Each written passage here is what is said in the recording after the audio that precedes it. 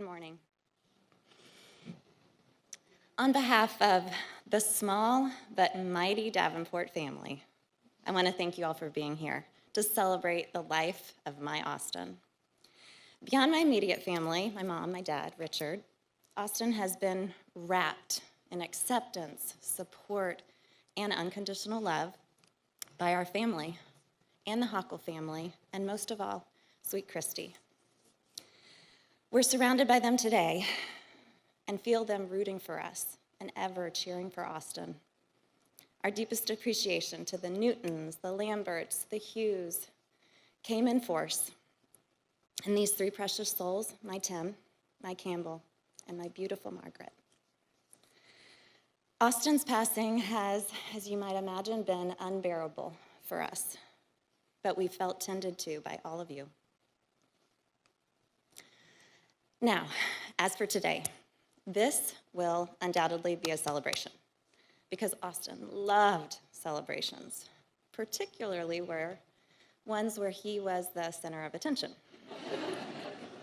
And of course, it was just a bonus if he had an excuse to wear his tuxedo or his top hat. He knew he looked good in those. Austin loved it when people gathered. He delighted in a good party. Today, we choose to toast Austin's life, a life that was blessed, a life that was, in fact, one giant party, if we just looked at the world in the right way. Simply put, his life was unrivaled. Austin was pure joy, pure of heart, persistently kind, always hopeful, never mean, never cynical, but, as has been highlighted today, not a total innocent, and occasionally quite pleased with himself. Tim and I recently recalled when Austin's purity was tested and confirmed. Every summer, he visits us in DC, and during one of these trips, we took him up to our swim club. That afternoon, one of my beautiful girlfriends sat talking to Austin for over an hour. At the end of their chat, he was sensing how much she was enjoying his company, and Austin delicately raised his left hand, pointed to his wedding ring, and just wanted to make sure she knew he was off the market. She got the message.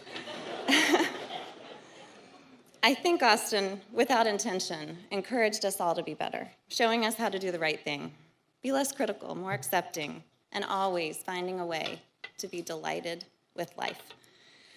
Lately, I've been replaying Austin conversations in my head, and I chuckled at how often he used the word always. He had this sort of consistent, yet unusual answer to questions.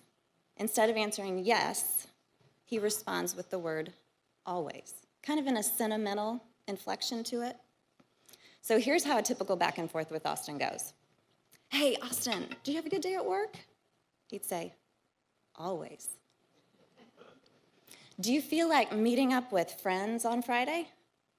Always, Austin would say with a smile. Did you enjoy the day-old popcorn and stale Twizzlers you had at the movies? Always, Liz. Okay, Austin, how do you feel about running some errands with me? We'll grab the dry cleaning, then stop off at the dentist, get a root canal. Always. It was Austin's simple refrain. He said always because to him it felt true. Always showing positivity. Always encouraging others, even if he didn't feel it himself. Positivity shaped Austin's existence, and his life was rich and full because of it. About 10 years ago, you guys probably remember the Dos Equis commercial, The Most Interesting Man in the World. You know, I think Austin and that character would have gotten along. I mean, who else in one lifetime, other than Austin, could claim so many of the following identities that you've heard about today? An artist, an Eagle Scout, an amateur bowler, a national spokesperson, checker-playing champion, gifted dancer, basketball shooting savant, Mexican food addict. jiu-jitsu guru, appreciator of the ladies, and of course, an actor. From such a young age, Austin relished the limelight. Any version of the stage sufficed. Even just access to a microphone would do, or maybe a group bowing their heads in prayer. Boy, could Austin pray. If the chance for any prayer arose, there was Austin, ready, willing, full of emotion, and he always felt those feelings needed to be shared at length. As a teenager, it always made me nervous, worrying what other people were thinking, how long is this one gonna go? I wish at one point I had just glanced up, peeked around to see his audience, totally captivated. No rush for them. They were witnessing the closest thing they'd encountered to an angel at work. Beyond these command performances, Austin was passionate about his social life. His life was a frenzy of social activity. As far back as I can remember, Austin was overscheduled. By his choice, not my mom's. He was tireless in the pursuit of being around people in any form, which meant my parents had to keep up. Parties, church events, restaurant outings, or just riding his bike to the neighborhood coffee shop where every single employee, full and part-time, knew his name. If you resisted the plans he proposed, he'd simply say, "It's my treat." If Austin ever offered to put up money, you knew he was serious. Austin approached every interaction with tenderness. There were times I'd attempt to reach over and, pluck an old man hair out of his eyebrows or fuss over his hair, telling him it needed more hair gel. And his consistent refrain was always, "Liz, I still love you." Oh, goodness, I loved him too. I loved his smile, inviting, warm, infectious. He was just so easy to love. Earnest and guileless, to the point he could almost not bring himself to put anyone down, say anything negative, or make someone feel lesser. In fact, it became a little game for my family to get him to say something negative. We would say to him, "Austin, what is your least favorite food?" "Oh, Liz, I love food." Okay, so is there anyone at work who just kind of gets on your nerves? "Oh, Liz, my work buddies love to play checkers with me." Okay, Austin, who is prettier, Angelina Jolie or Hillary Clinton? "Liz, everyone's pretty." Like a witness being cross-examined, you could ask him these questions 1,000 times, and he would not crack. I actually challenge you, just try. Get through the day without saying something negative. It's hard. It's hard. Trust me. I've had some struggles with that lately. So instead, maybe just pause. Imagine seeing the world through Austin's eyes. It's just better. Austin was my little brother. It was a privilege to be his sister.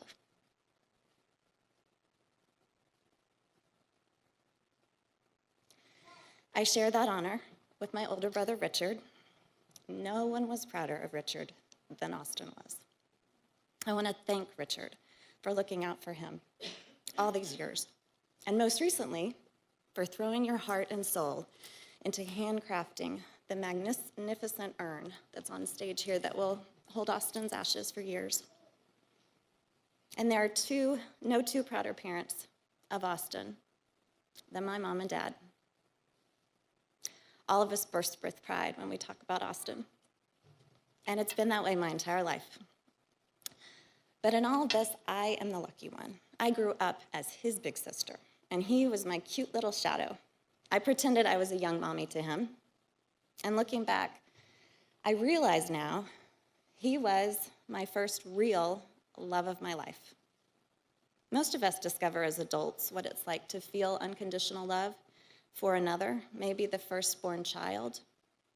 I began experiencing unconditional love the day Austin was put in my 4-year-old arms. Austin has defined me and my family to a large degree. The way I raise my girls is influenced by Austin. The amazing man I chose to marry, he adored Austin and treated him like one of the boys, and Austin revered him. The way I interact with anyone who has social and intellectual differences was informed by having early exposure to a lot of Austins. And of course, Austin was shaped and molded by my 2 incredible parents.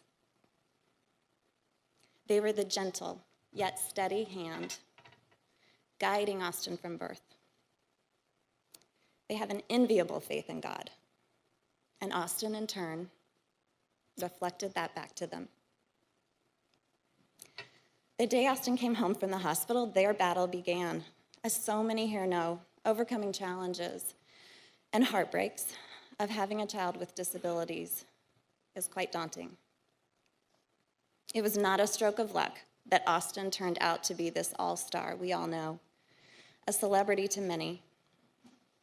Very few of you likely know, my mom was a newspaper columnist for countless years, and it also won't surprise you to know that her columns focus, you guessed it, parenting. She has the market cornered on masterful, nurturing parenting, and Richard and Austin and I were the lucky beneficiaries. And my dad, he was all in on Austin. Austin loved basketball. My dad coached the team. Austin wanted a serious bike recently to get around town. My dad found the top-of-the-line 3-wheel bike and trained alongside him for months. Together, my mom and dad had an orchestral partnership, and Austin bloomed under their guidance. His life, as I see it now, is a tribute to them.